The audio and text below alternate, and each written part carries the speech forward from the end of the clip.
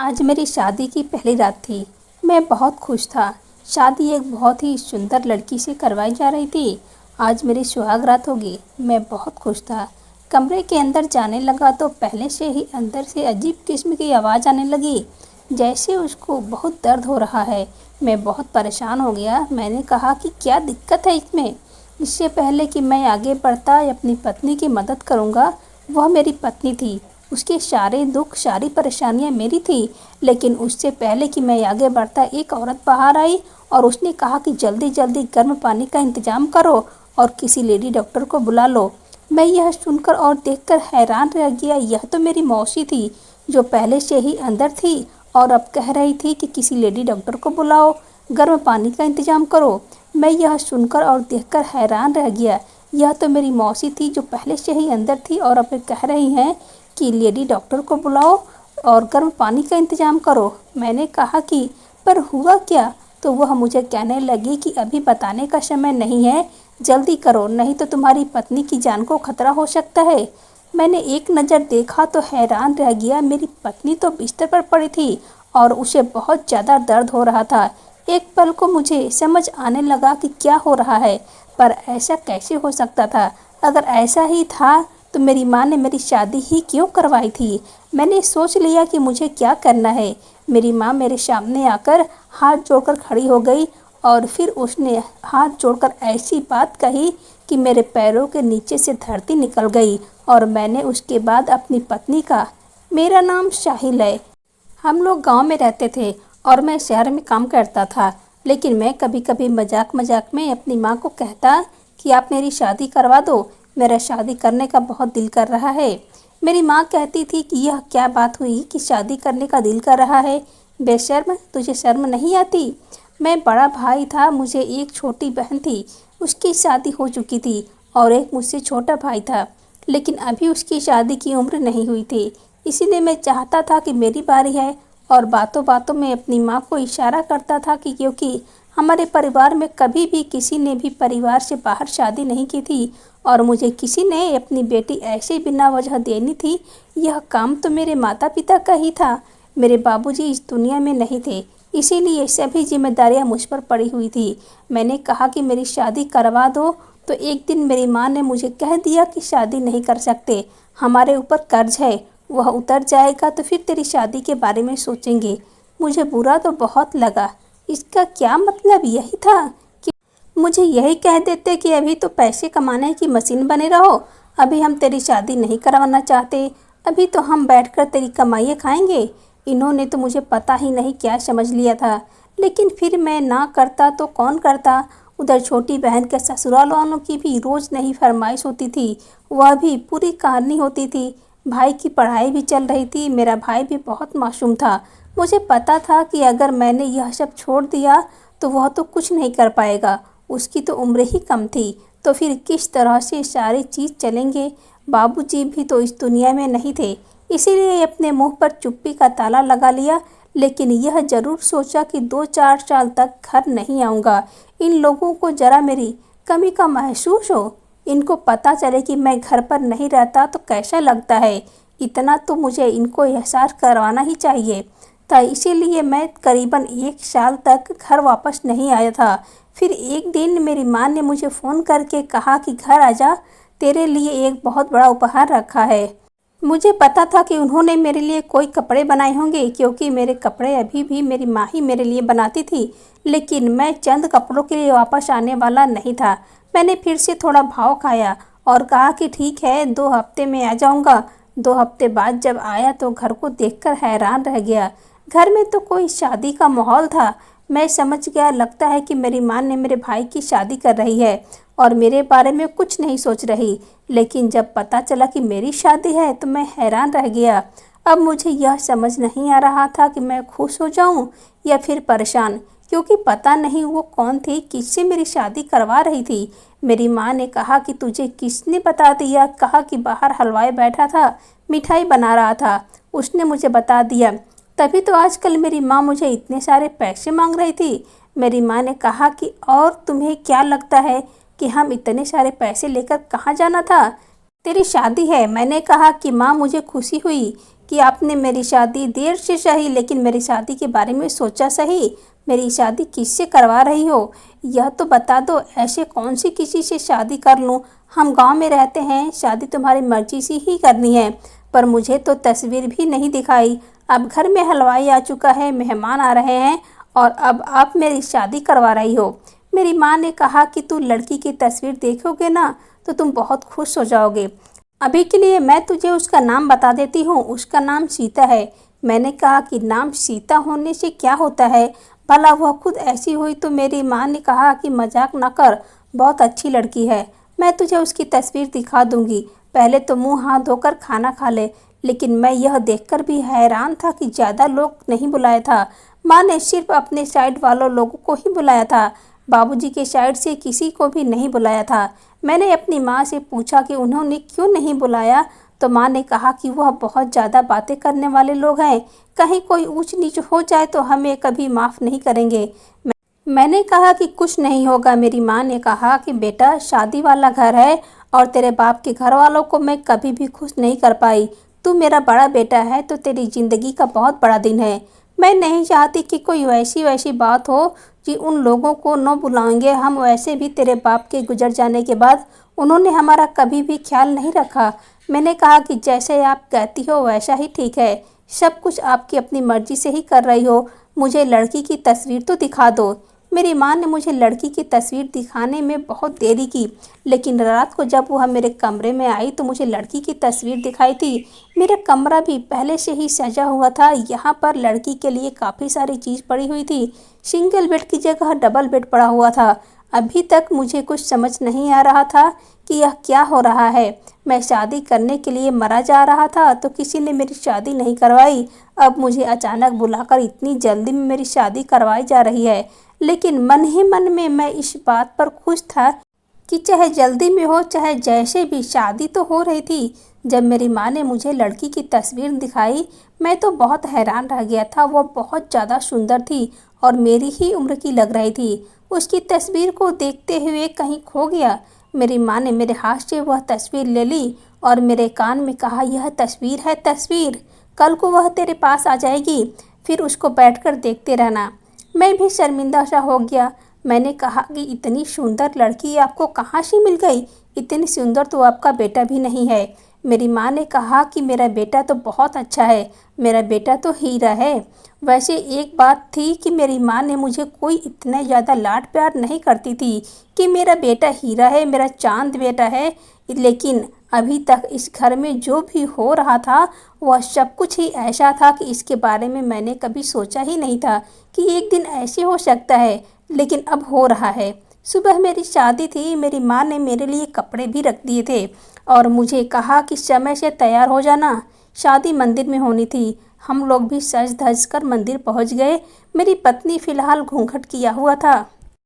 उसके तरफ से घर वालों में मेरे ससुर जी भी थे और सासू माँ भी थी और एक साली भी थी। हमारी शादी हो गई और अब हम लोग घर के लिए वापस आ रहे थे। मेरी पत्नी को मेरे कमरे में भेज दिया गया था और कुछ छोटी मोटी रस्में होने लगी। बाद में मेरी माँ ने कहा कि बेटा, यह सभी जो लोग हैं, खाने पीने वालों, कुर्सी वालों, ज़रा इनको विदा कर दें। मुझे पता ही नहीं चला कि अब 3-4 घंटे गुजर गए और रात हो गई। मेहमानों में से भी कुछ मेहमान वापस चले गए, सिर्फ मेरी मौसी ही रह गई थी और अब घर में काफ़ी सुकून था। मेरी माँ ने मुझे कहा कि बेटा, तू अपने कमरे में चले जाना, सीता तेरा इंतज़ार कर रही होगी। लेकिन मुझे तुझसे एक बड़ी ज़रूरी बात करनी है, पहले मेरे कमरे में आकर मेरी बात सुन लेना। मैंने कह दिया था कि हाँ ठीक है, पर मैं अपनी माँ के पास जाना भूल गया और सीधा ही अपने कमरे की तरफ ही चल पड़ा। अभी अपने कमरे से थोड़ा दूर था कि जैसे ही आवाज़ सुनी कि हैरान रह गया। ऐसा लगता कि मेरी पत्नी बहुत तकलीफ़ में है। वह बुरी तरह से चिल्ला रही थी। मैं डर गया। मैंने कहा, क्या हो रहा है, क्या हो गया? उसके साथ जैसे ही अंदर जाने लगा तो मेरी मौसी बाहर निकली और कहने लगी कि जाकर किसी लेडी डॉक्टर को बुला ला। मेरी माँ भी अंदर ही थी। मैंने कहा कि हो क्या रहा है, तो उन्होंने मुझे अंदर आने से मना कर दिया और कहा कि पहले तू जाकर डॉक्टर को बुलाना और यह शेरवानी बदल कर जाना। मैं भी हैरान रह गया और एक पल को कहीं खो गया। तो मेरी मौसी ने कहा कि अरे खड़ा क्यों है, जा जल्दी जा। मैं भी फौरन से शेरवानी बदलकर भागा और डॉक्टर को बुलाकर ले आया। डॉक्टर भी मुझे देखकर हैरान हुई, लेकिन इतनी ज़्यादा भी नहीं। उसने कहा कि मुझे नहीं पता था कि सब कुछ इतनी जल्दी हो जाएगा। मैंने कहा कि आपको भी तो पता है कि क्या हो रहा है, तो मुझे बता दे। उसने कहा कि बाद में बता दूंगी। अब लेडी डॉक्टर भी कमरे में चली गई और अंदर से आवाज़ आने लगी। मेरी माँ भी मुझे अंदर जाने नहीं दे रही थी। मेरी मौसी भी, डॉक्टर भी, जैसे भी सब अंदर जाकर खो गई थी। कभी अंदर पानी जाता था, कभी अंदर तौलिया, कभी कपड़े, कभी कुछ तो कभी कुछ, लेकिन मुझे कोई अंदर जाने नहीं दे रहा था। मैं बड़ा परेशान हो गया था और हैरान भी कि अंदर क्या हो रहा था। आज तो हमारी सुहाग रात थी। किसके साथ इस तरह हुआ होगा कि उसकी सुहाग रात है और पत्नी की तबीयत खराब हो गई। और फिर तबीयत खराब होती है तो ज़्यादा से ज़्यादा लड़कियों के सर दर्द होता जाता है, क्योंकि वह पूरा दिन शादी में एक ही जगह पर बैठी रहती है, थक जाती है, या किसी के टांगों में दर्द हो जाता है। यहाँ पर तो मेरी पत्नी दर्द से चिल्ला रही थी। यह जो कुछ भी हो रहा था वह मुझे भी समझ आ रहा था, लेकिन मैं किसी और के मुँह से यह सब कुछ सुनना चाहता था कि यह सब कुछ सच हो रहा था। थोड़ी देर के बाद किसी छोटे बच्चे की रोने की आवाज़ आ रही थी, तो मेरे कदमों के नीचे से धरती निकल गई थी। मैं अपने भाई के कमरे में चला गया जो सो रहा था, और अब मेरे चेहरे पर गुस्से के अलावा कुछ भी नहीं था। थोड़ी देर के बाद मेरी माँ मेरे पास आई थी और मुझे अपने कमरे में ले गई। मैंने कहा कि यह सब क्या है, तो मेरी माँ ने मेरे सामने हाथ जोड़कर कहने लगी कि तेरी पत्नी के यहाँ बच्चा पैदा हुआ है। मैंने कहा कि बच्चा? किसका बच्चा?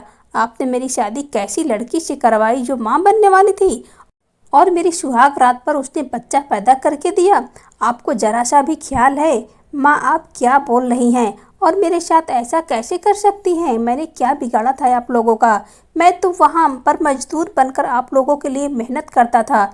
मेरी तो आंखों में आंसू आ गए थे। यह तो वही बात हुई कि मुझे एक सुंदर सपना दिखाकर और फिर यह बताया गया कि ऐसा तो सपना ही नहीं था। मुझे जिस लड़की की तस्वीर दिखाई थी वह शक्ल से तो बहुत सुंदर और सुशील लग रही थी। मेरी सुंदर पत्नी जो शादी की रात ही बच्चा पैदा कर बैठ गई थी। किसका बच्चा था और कौन था इसका बाप? और मेरी माँ, उसे तो इस औरत को सबसे पहले घर से निकालना चाहिए था, बल्कि मेरी शादी उससे नहीं करवानी चाहिए। और वह तो उसकी मदद कर रही थी। बच्चा इस दुनिया में आ गया था, पता चला कि एक बेटी थी, लेकिन मुझे इस बात से कि क्या फ़र्क पड़ता कि मैं अपनी मन को मारकर ही बैठा था। मेरी पत्नी मुझे बार बार बात करने के लिए आई थी, उधर भी जाती इधर भी जाती आ रही थी। मेरी मौसी थी, साथ मिली हुई थी, इसीलिए ज़्यादा रिश्तेदारों को नहीं बुलाया गया था। मतलब इन लोगों ने मेरे खिलाफ योजना बनाया था। मैं तो इस घर का बेटा था, फिर मेरे साथ यह सब कुछ क्यों किया? मैंने किसी का क्या बिगाड़ा था? मेरी माँ ने आकर बताया कि बेटी हुई है, तो मैंने कहा कि हाँ, जैसे उसकी माँ है वह भी ऐसी ही बनेगी। और इस औरत से कहो कि अपनी बच्ची उठाए और अपना सामान भी और निकल जाए इस घर से। मैं इसको और इसके पाप को पालने वाला नहीं। अगर यह बात 1-2 महीने पुरानी होती तो शायद यह मान लेता कि आपको भी नहीं पता था, लेकिन आप 9 महीने की गर्भवती औरत से मेरी शादी करवाती हैं और आप एक पल को भी पता नहीं चलता कि मैं तो सब कुछ आप पर छोड़ा हुआ था। मेरी माँ ने कहा कि मैं तो तुझे भी जन्म दिया है, तेरे लिए बहुत मुसीबतें उठाई। तुझे अपने बाबूजी का पता है ना, वह घर के कामों में कभी मेरी मदद नहीं करते थे।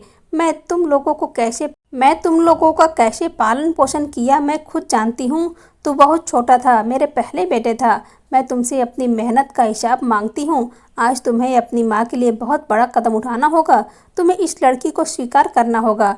मैंने कहा, माँ, आपको क्या हो गया है? इस लड़की को बाहर करवाइए। मुझ में क्या कमी है? क्या मेरी पहले से शादी हो चुकी है? क्या मैं 4 बच्चों का बाप हूँ? मुझे कोई और लड़की मिल जाएगी, अच्छा कमाता हूँ। मेरी माँ ने कहा कि मैं तुझे पूरी बात नहीं बता सकती। लड़की को घर से ना निकालना, मैं तेरे आगे हाथ जोड़ती हूँ। तुझे इस लड़की को कबूल कर ले और सब लोगों को यही बता दे कि यह तेरा बच्चा है।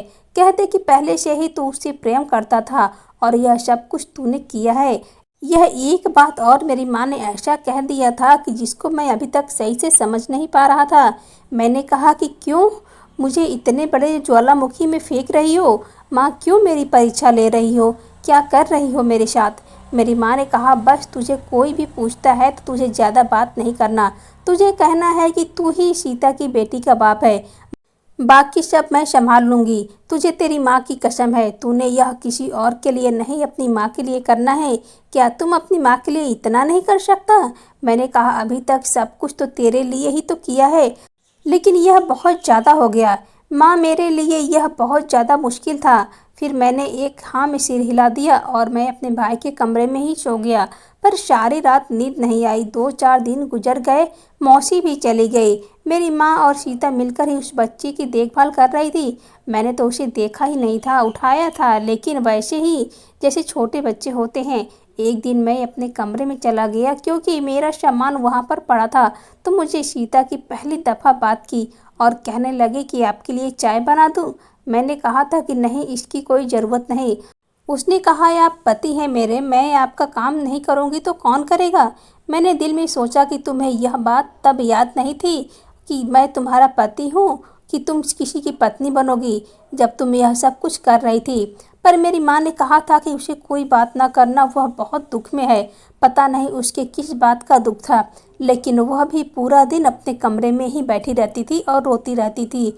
मेरी माँ उसे कमरे में ही खाना पानी सब कुछ देती थी और उसकी बेटी का भी ख्याल रखती थी। जहाँ तक मैं अपनी माँ को जानता था, अगर मेरी माँ अच्छी औरत थी, कोई ऐसी जालिम औरत नहीं थी। लेकिन इतना बड़ा काम था, मेरी माँ यह सब कुछ क्यों कर रही थी? उसके पीछे कोई न कोई वजह ज़रूर थी, क्योंकि चाहे वह दुनिया की सबसे अच्छी औरत क्यों ना हो, कोई देवी ही क्यों ना हो, लेकिन अपनी बहू के लिए कभी भी इतनी अच्छी नहीं हो सकती। वह भी ऐसी बहू जो पीछे से इतना बड़ा गुनाह करके आई है और शादी की रात किसी और का बच्चा पैदा करके हाथों में पकड़ा दिया है। और जिस तरह से मेरी माँ उस लड़की को प्यार करती थी, ऐसा लगता था कि उनके दिल में रत्ती भर भी नफरत या जहर नहीं है। लेकिन यह बात न कबीले की हजम थी। मेरी माँ ने मुझे कहा था कि यह बात किसी के कानों कान भी पता नहीं चलनी चाहिए, लेकिन मैं कैसे इस बात को अपने दिल में छुपा के रखता। मैंने अपने एक भरोसेमंद दोस्त को यह सब कुछ बता दिया। वह भी सुनकर हैरान रह गया। उसने कहा कि एक लड़की को मैं जानता हूँ। मैंने कहा कि बताओ मुझे वह लड़की कैसी है, तो वह कहने लगा कि लड़की तुझे बहुत अच्छी है, पढ़ी लिखी है, घर से ज़्यादा बाहर नहीं निकलती। इसका बड़ा बाप भाई बड़े साथ है, घर से बाहर निकलने नहीं देते। इसकी 2-3 बहनें और भी हैं, यह शायद बड़ी है। हमें नहीं पता कि देखने में कैसी है, लेकिन सुना है कि बहुत अच्छी लड़की है। अगर तुम मुझे सिर्फ इतना बताता कि तेरी शादी इस लड़की से हो रही है, तो मैं तुझे आंखें बंद करके कह सकता था कि किस्मत से बहुत अच्छी लड़की मिली है। लेकिन यह बात तो मुझे भी हजम नहीं हो रहा कि इस लड़की के साथ ऐसा क्या हुआ कि यह इस हद तक जा पहुंची। और तेरी माँ को क्या है, वह भी इसका साथ दे रही है। देख, तुझे सब कुछ तेरी माँ ही बता सकती है। मैंने कहा कि मुझे यह नहीं जानना कि क्या हुआ कैसे, मुझे तो यह जानना कि इसके साथ यह सब कुछ किया किसने, क्योंकि जिसने भी यह सब कुछ किया है, मेरी माँ उसका साथ दे रही है। इस लड़की के साथ यह समझ क्या करेगा, तू तो अच्छी तरह से जानता है कि जो लड़की शादी के रात ही बच्चा पैदा करके बैठ जाए, फिर वह अच्छी लड़की तो नहीं होती। यह तो सबको ही पता है। इसके साथ तो बहुत बुरा हुआ होगा। उसको बचाने वाली मेरी माँ है। मेरी माँ सिर्फ उसको ही नहीं बचा रही, उसकी संतान को भी बचा रही है और उसकी संतान की बाप को भी बचा रही है।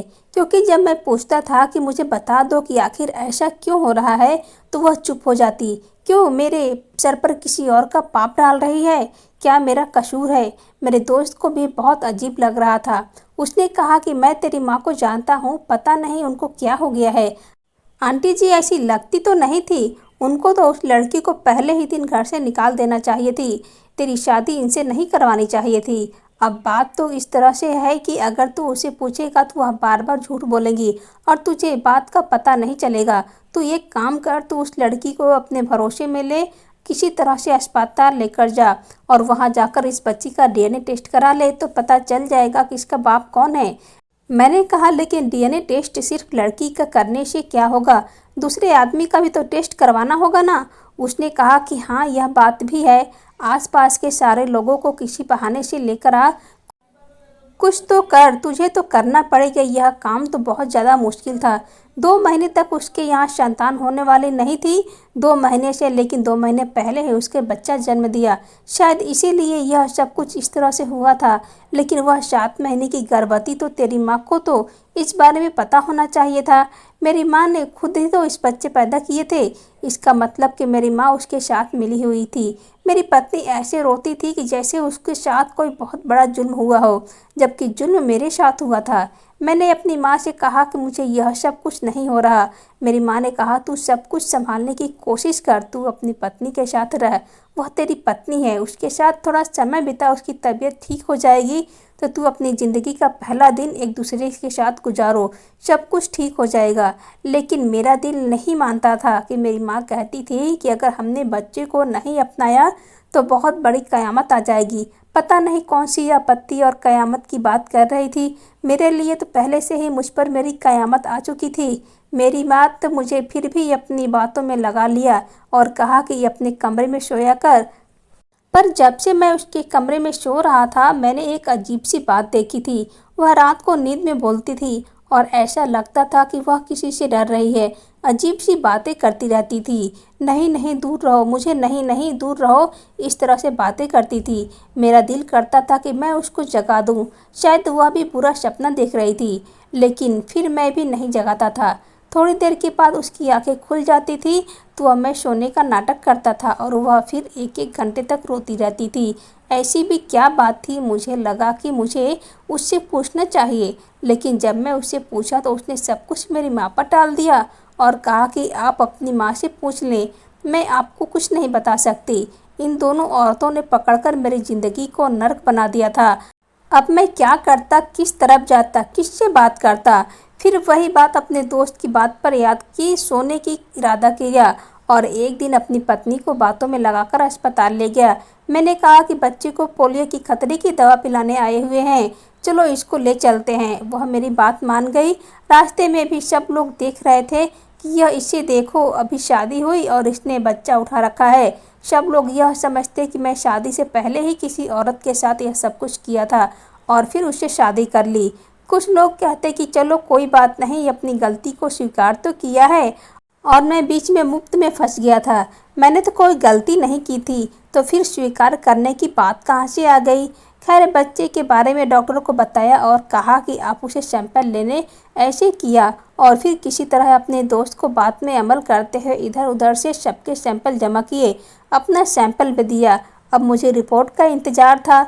मैंने अपनी पत्नी की भी पूरी खोज करवाई ताकि पता चल सके कि यह बच्चे किस वक्त हुआ था और वह कहाँ थी। यह सारी बातें वह मुझे कुछ भी तो बता सकती थी, लेकिन उसने अपनी ज़ुबान पर 1 किलो का ताला लगा रखा था।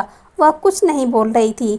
डॉक्टर ने कहा कि 2 दिन लगेंगे, फिर पता चल जाएगा। इस सारे मामले के बीच में अपने भाई को समय देना भूल ही गया था। वह मेरा छोटा भाई था। मैंने सोचा कि शायद उसे कुछ पता होगा, लेकिन जब उससे पूछा तो उसने भी यही कहा कि मुझे कुछ नहीं पता। मैंने कहा कि जब मैं यहाँ पर नहीं था तो माँ कहाँ जाती थी। उसने कहा कि हाँ, रोज़ कहीं चली जाती थी, शायद भाभी के घर जाती थी, लेकिन मुझे बताती नहीं थी। मैं पूछता था कि क्यों यह सब करती थी, कि नहीं, मैं जहाँ भी जाऊँ तुझे मेरे साथ नहीं आना। मैं भी उससे समय नहीं सोचता था कि आखिर मान जाती कहाँ, लेकिन उसने मुझे कभी बताया नहीं, मुझे कभी बताया नहीं। और फिर एक दिन कह दिया कि तेरे भाई के लिए लड़की पसंद कर ली है। मेरा मासूम भाई बेचारा मुझे किस तरह से यह बातें बता रहा था। पता चल रहा था कि उसे कुछ भी नहीं पता। मैं तो उसे इस घर का मर्द बनाकर गया था, लेकिन उसकी मर्द बनने वाली उम्र ही कहाँ थी। अभी तो वह सिर्फ 10वीं कक्षा में था। जितनी मासूमियत से सब कुछ बता रहा था, मुझे अपनी माँ पर ही गुस्सा आ रहा था, क्योंकि उसी ने कोई खिचड़ी पकाई थी और मेरे भाई को भी बीच से निकाल दिया था। उसने तो कुछ पता ही नहीं था। डॉक्टर ने 2 दिन बाद मुझे बुला लिया। रिपोर्ट मेरे हाथ में थी, लेकिन मुझे पहले ही जज्बाती हो गया, क्योंकि जब मैं घर आया तो मेरी माँ एक दूर के रिश्तेदार से झूठ बोल रही थी। कह रही थी कि हाँ हाँ, यह तो मेरे बड़े बेटे की बेबी है और यह उसकी बेटी है। उसके सम्मुख मैंने कुछ नहीं कहा, लेकिन उसके बाद मैं चला चला कर कहना शुरू कर दिया कि ना तो यह मेरी पत्नी है और ना ही यह मेरी बेटी है। मैं दोनों को ही स्वीकार नहीं करता। और जब आज दूध का दूध और पानी का पानी हो जाएगा, तो मेरे हाथ में रिपोर्ट थी। मैंने अपनी माँ और सीता की तरफ ऐसे देखा कि जैसे उनका प्लान नाकाम हो गया वह दोनों परेशान हो गई। इससे पहले कि मैं रिपोर्ट खोलकर देखता कि मुझे माँ ने मेरे हाथ से वह रिपोर्ट ले ली और उसे जलते हुए चूल्हे में फेंक दिया। मैं हैरान रह गया। मेरी माँ ने कहा कि मैं तुझे सच बता देती हूँ, इस तरह से चिल्ला मत। मेरी ज़िंदगी बर्बाद हो रही थी और आप चाहते हो कि मैं किसी से कोई बात भी ना करूँ, पता लगाने की कोशिश भी ना करूँ। मेरी माँ ने मुझे एक ऐसी बात बताई कि मैं हैरान रह गया। वह मुझे अपने कमरे में ले गई और उसने मुझे पूरी कहानी सुनाई। बाद में जब मैं बाहर निकला तो मैंने बच्चे को गोद में उठाया। उसका नाम रेहा रख दिया गया था और मेरी आंखों में आंसू थे। अभी मैं सीता को गले से लगाया कि मुझे माफ़ कर दो। वह भी रोने लगी। उसने कहा कि तुम्हें माफ़ किया और वह मेरे साथ ही उस दिन के बाद बहुत खुश थी। और नेहा को इतना प्रेम करता हूँ कि भूल जाता हूँ कि ऐसा भी नहीं है कि वह बिल्कुल भी मेरी अपनी बेटी नहीं है, वह मेरी ही बेटी है। हाँ, बात कुछ इस तरह से है कि मेरा भाई राकेश, जिसे हम सब लोग बहुत मासूम समझते थे, उसकी संगत बुरी थी और वह बुरे लोगों के साथ उठता बैठता था। उसके दोस्तों ने सीता को कहीं देखा और जब उसने लोगों के साथ जाने से इनकार किया तो उसने मुंह पर हाथ दे मारा। उन्होंने प्लान बना दिया कि सबने मिलकर सीता के साथ बहुत बुरा किया, इतना बुरा किया कि वह अपनी जान देना चाहती थी, लेकिन उसे बचा लिया गया। और 1-1.5 महीने के बाद उसे पता चला कि वह पेट से है। वह फरियाद लेकर मेरी माँ के पास आई और उसने कहा कि अब मैं कैसे करूँगी, और वह लोग जो आपके बेटे के दोस्त थे शायद बच जाए, लेकिन मैं आपके बेटे को सज़ा ज़रूर दिलवाएंगे। मेरी माँ ने जब यह सब कुछ सुना तो राकेश को बहुत मारा और उससे पूछा तो उसने भी कबूल किया कि हाँ ऐसी ही बात है। लेकिन राकेश की तो पढ़ाई चल रही थी और सीता उसके साथ शादी नहीं करना चाहती थी। उसके अंदर तो बिल्कुल भी अक्ल नहीं थी। हाँ, बुरा काम करने की समझ थी उसको, लेकिन यह एक लड़की का सहारा नहीं दे सकता था। लेकिन इसीलिए मेरी माँ ने सारी जिम्मेदारी लेते हुए यह कहा कि मैं तुझे घर परिवार दिलाऊंगी, तेरी शादी करवाऊंगी, तुझे इज्जत मिलेगी, तेरा बच्चा नाजायज नहीं कहलाएगा। शादी की रात को मेरी माँ ने मुझे कहा था कि अपनी बीवी के कमरे में जाने से पहले मेरे कमरे में आना।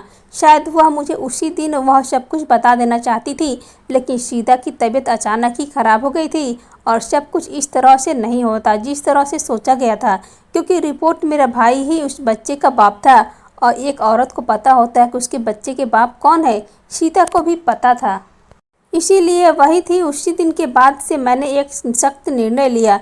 मैंने अपने भाई को दूसरे शहर भेज दिया जहां वह हम सबसे दूर रहकर सिर्फ पढ़ाई करे। उसे अपने लिए वहां पर पैसे भी कमाने पड़े। उसे ज़रा ज़िंदगी का पता चलता तो शायद इसकी अक्ल ठिकाने आ जाती। लेकिन उसके बाद हमने इस घर में कभी भी इन सारी बातों का जिक्र नहीं किया। आज नेहा 2 साल की हो गई है। सीता फिर से माँ बनने वाली है।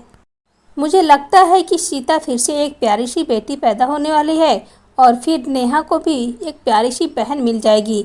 राकेश के साथ क्या करना है अभी मैंने सोचा नहीं है, पर मैं उसे इस घर में कभी भी आने नहीं दूंगा। वह इस घर में मेरी बीबी के साथ रहे। अभी तो उसे बोर्डिंग स्कूल में भेजा है, उसके बाद उसे कहीं और भेज दूंगा, लेकिन वह कभी भी मेरी आंखों के सामने, मेरी पत्नी के सामने नहीं रहेगा। एक बात बड़ी अजीब है कि मैं सीता के बारे में जब सुना तो अचानक से मेरे दिल में उसके लिए प्रेम बैठ गया और अब मुझे पता चला कि वह बेचारी खुद कितने दुख में थी, तभी तो वह रातों को उठकर रोती थी। इसमें उसका क्या कसूर था? वह तो बहुत अच्छी लड़की थी, उसने तो कभी किसी के साथ कुछ बुरा नहीं किया, तो उसके साथ बुरा होता हुआ मैं कैसे देख सकता था? और वैसे अब वह मेरी पत्नी बन चुकी है तो मैंने उसे पूरे सच्चे मन से कबूल कर लिया है और मेरी ज़िंदगी बहुत अच्छी जा रही है। मेरी माँ कोई उल्टा फैसला भी कर सकती थी, यह भी कह सकती थी कि यह बच्चा मेरे बेटे का नहीं है, निकल जाए यहाँ से, पर मेरी माँ ने इंसाफ किया और इस दिन से मेरे माँ के लिए मेरे दिल में इज्जत बहुत ज़्यादा बढ़ गई है। दोस्तों, वीडियो कैसा लगा कमेंट करना, वीडियो को लाइक शेयर, चैनल को सब्सक्राइब ज़रूर करना।